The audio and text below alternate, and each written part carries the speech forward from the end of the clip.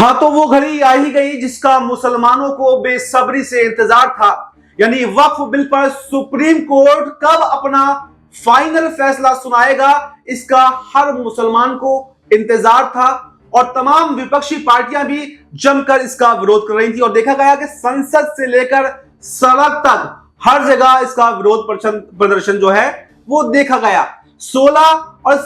17 अप्रैल की सुनवाई के बाद में जो डेट मुकर्रर की गई थी 5 मई, और आज वो 5 मई आ गई है। और आप देख सकते हैं कि चारों तरफ जो है जमावड़ा लोगों का दिखाई दे रहा है और हर तरफ चर्चा ये है कि आखिर सुप्रीम कोर्ट आज क्या फैसला सुनाएगा। अब से सिर्फ चंद घंटे ही बचे हैं जिस पर सीजेआई खन्ना कोई ऐतिहासिक फैसला जो है यहां पर सुनाने जा रहे हैं। और इसके साथ में आपको यह भी बताएं कि सिर्फ यहां पर सिर्फ वक्त पर नहीं बल्कि एक और ऐतिहासिक फैसला सीजेआई यहां पर सुना सकते हैं और बीजेपी को दोहरा झटका जो है वो दे सकते हैं, क्योंकि सांसद निशिकांत दुबे के अवमानना का मामला जो है वो उस पर भी आज सीजेआई खन्ना खुद जो है वक्फ के साथ ही सुनवाई कर रहे हैं। यानी कि सिर्फ एक नहीं बल्कि दो बड़े झटके आज सीजेआई संजीव खन्ना अपने रिटायरमेंट से पहले केंद्र सरकार को देने जा रहे हैं। तो इन सब तमाम बातों पर विस्तार से चर्चा करेंगे। मेरे साथ मेरे सहयोगी राहुल जी मौजूद हैं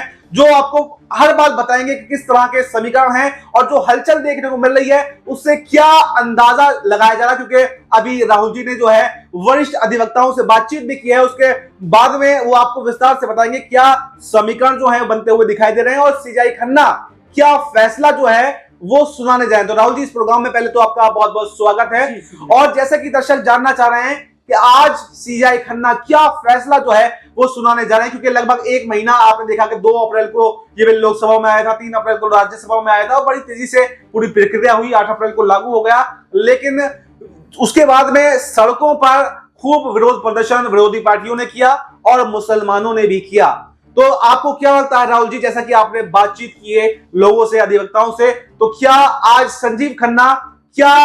बड़ा ऐतिहासिक जो फैसला है वो सुनाने जा रहे हैं या फिर जो दबाव बीजेपी ने बनाने की कोशिश की थी उस दबाव में आकर कोई उलट पलट कर सकते हैं? जी बिल्कुल, देखिए अब्बास भाई, आज का दिन बहुत बड़ा दिन है क्योंकि जिस तरीके से देखा जा रहा है कि आज फिर इस मामले की सुनवाई है और सीधे तौर पर यहाँ पर जो अभी स्थिति इस वक्त बनी है वो ये है कि सरकार को एक बार फिर से बड़ा झटका लगता नजर आ रहा है, क्योंकि इससे पहले जो हियरिंग हुई थी उसमें सुप्रीम कोर्ट ने साफ कर दिया था कि ये जो पॉइंट्स हैं इनमें बदलाव की जरूरत है, इनमें बदलाव होना ही चाहिए, क्योंकि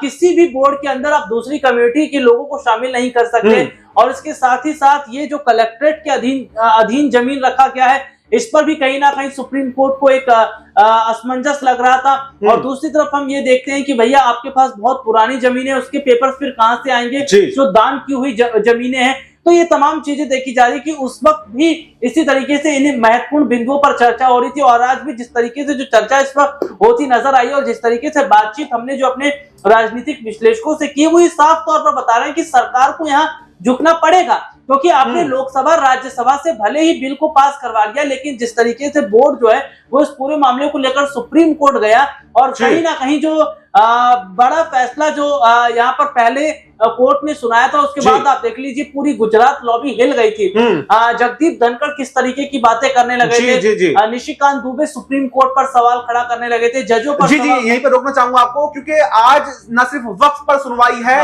जैसे कि मैंने अभी शुरू में बताया था कि निशिकांत दुबे का जो अवमानना का मामला है वो भी उस पर भी आज सुनवाई है और सीजेआई खन्ना ही उस पर सुनवाई कर रहे हैं। तो क्या वक्फ के साथ साथ यहाँ पर निशिकांत दुबे को भी बड़ा झटका जो है वो सीजेआई खन्ना दे सकते हैं? जी बिल्कुल, देखिए अब्बास भाई ये बहुत बड़ी बात है कि निशिकांत दुबे देखिए लगातार अगर बात करें तो चर्चाओं में वो रहे, क्योंकि निशिकांत दुबे लगातार सुप्रीम कोर्ट पर सवाल खड़ा करते रहे, निशिकांत दुबे लगातार जजों पर सवाल खड़ा करते रहे और जो मौजूदा समय की तस्वीरें, जो मौजूदा समय के हालात हैं वो ये कहीं ना कहीं बताने लगे कि क्या सुप्रीम कोर्ट पर सवाल खड़ा करना, जजों पर सवाल खड़ा करना क्या ये सही है। हालांकि संविधान में इसके अधिकार भी दिए गए हैं कि अगर कोई सुप्रीम कोर्ट पर सवाल खड़ा करे, जजों पर सवाल खड़े तो उस पर खड़ा करता है तो उस पर जुर्माना भी लगता है, उसे जेल भी हो सकती है। तो कहीं ना कहीं निशिकांत दुबे को देखिए जेल भी हो सकती है, क्योंकि निशिकांत दुबे ने जिस तरीके से संवैधानिक जो पदों पर बैठे जो लोग हैं उनका उन्होंने मजाक उड़ाया, मखौल उड़ाया है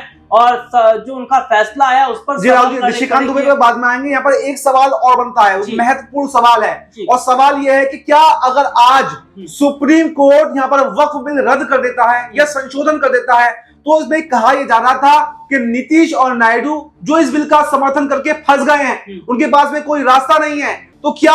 इस बिल को रद्द करने के बाद में वो भी मोदी और शाह का जो साथ है वो छोड़ सकते हैं? क्या वो भी एक बार फिर से पलटी मार सकते हैं और वो ये दिखा देंगे कि हाँ हम भी मुसलमानों के साथ में हैं? जी बिल्कुल, देखिए अब्बास भाई, जिस तरीके की इस वक्त ये है कि यहाँ पर अगर पलटी मारने की बात करें तो नीतीश और नायडू जो है वो बहुत तेज नेता माने जाते हैं। और सबसे बड़ी बात आप देख लीजिए, जब प्रधानमंत्री नरेंद्र मोदी सऊदी से भारत आते हैं तो उसके बाद आप देख लीजिए कि वो बिहार भाग जाते हैं नीतीश कुमार से मुलाकात करने के लिए, जबकि उन्हें पहलगाम जाना चाहिए था, जबकि उन्हें मुलाकात उन लोगों से करना चाहिए था जो शहीद हो गए, उनके परिजनों से। उसके बाद हम देखते हैं अभी हाल ही में वो चंद्रबाबू नायडू से मुलाकात करके आए हैं आंध्र प्रदेश में। तो ऐसे में देखा जा रहा है कि नीतीश और नायडू कभी भी पलट सकते हैं या पलटने की स्थिति जब रही है तो प्रधानमंत्री नरेंद्र मोदी घबरा जाते हैं। और ये जाहिर तौर पर देखा जा रहा है कि सरकार इस वक्त हाशिए पर है। और नीतीश नायडू की मैं अगर बात कर लेता हूं तो देखिए कहीं ना कहीं उनके हाथ से वोट बैंक जो है, एक मोटा जो बड़ा वोट बैंक है, वो अब फिसलता हुआ नजर आ रहा है। वक्त बिल का समर्थन एनडीए के सहयोगी दलों ने तो कर दिया, लेकिन कहीं ना कहीं ये देखा जा रहा है कि उनके सहयोगी दलों के हाथ से वोट बैंक छिटक रहा है, क्योंकि नीतीश कुमार की पार्टी से लगातार इस्तीफों की झड़ी देखने को मिली। मुस्लिम जो है कई नेताओं ने पार्टी को छोड़ा, जयंत चौधरी की पार्टी को छोड़ा, चिराग की पार्टी को छोड़ते नजर आए, चंद्रबाबू नायडू से मुसलमान नाराज नजर आए, नीतीश की इफ्तार पार्टी से मुसलमानों ने दूरी बनाई। तो ये तमाम चीजें कहीं ना कहीं बताती है कि नाराजगी किस हद तक है कि वो नीतीश के साथ बैठना तक नहीं चाह रहे हैं, इसीलिए वो इफ्तार पार्टी में नहीं गए। क्योंकि सबसे बड़ी बात है कि जहां वक्फ बिल को लेकर बहुत पहले क्या कहा जा रहा था नीतीश नायडू की तरफ से कि हम मुसलमानों के साथ हैं, और दूसरी तरफ आपने बिल का समर्थन कर दिया, तो ये किस तरीके का साथ हो गया? ये तो दोहरी राजनीति हो गई, ये तो दोहरापन हो गया जो नीतीश नायडू ने दिखाया। लेकिन जिस तरीके से मुस्लिमों ने नीतीश और नायडू से किनारा किया है, ये जाहिर तौर पर बताता है कि नीतीश नायडू जो है वो कहीं ना कहीं यहाँ पर बड़ा गेम कर सकते हैं, वो बड़ा